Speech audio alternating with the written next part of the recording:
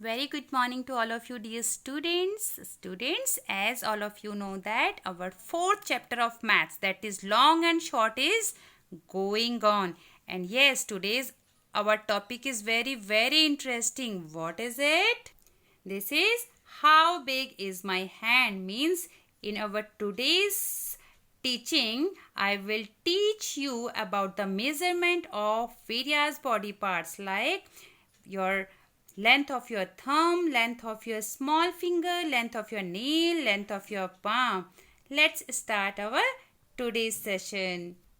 Look student, this is your hand, and in this hand this is thumb and these are fingers. Okay, and this one is smallest finger. First of all we have to measure length of your thumb.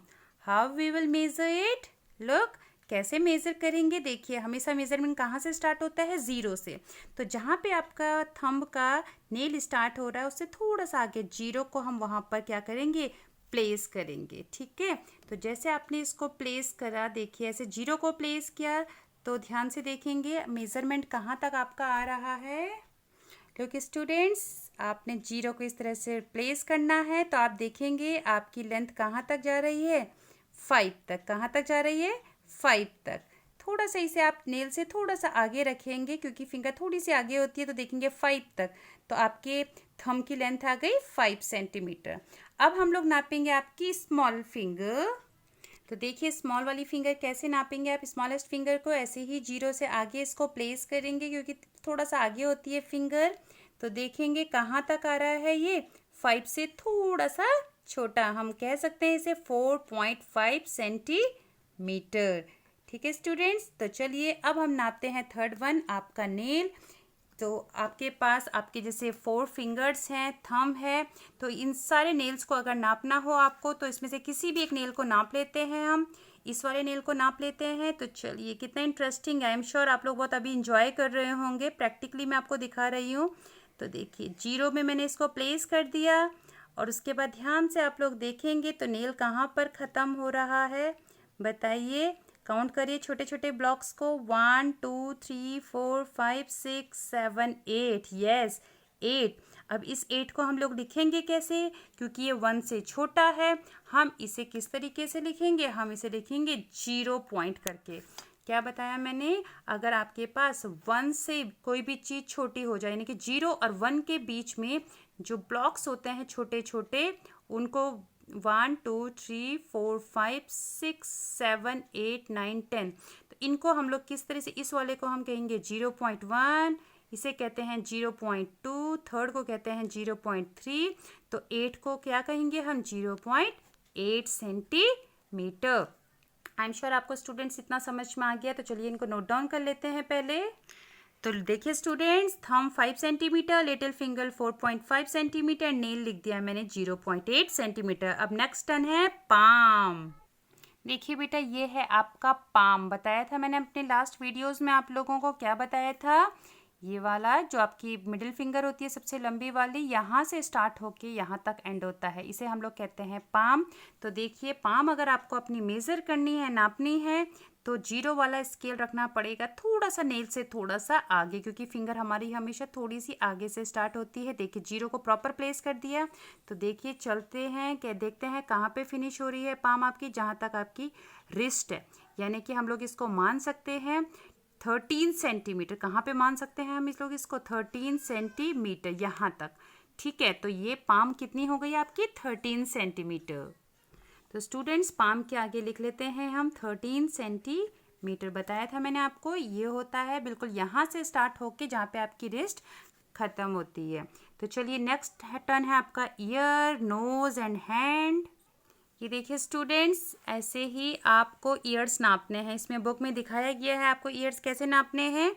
आप अपने भाई, अपनी बहन, mummy papa, किसी को भी बगल में बैठा के उसका ईयर नाप सकते हैं। याद रखिएगा, जो उसका नीचे जहाँ से ईयर स्टार्ट होता है नीचे से, उसको आप लोग जीरो में प्लेस करिएगा। कहाँ पर प्लेस करेंगे? जीरो से प्लेस करेंगे और उसके बाद देखेंगे कि कहाँ तक वो फिनिश हो रहा है, तो वो प्रॉपर हो जाएगी उसकी लेंथ। किसकी? ईयर की।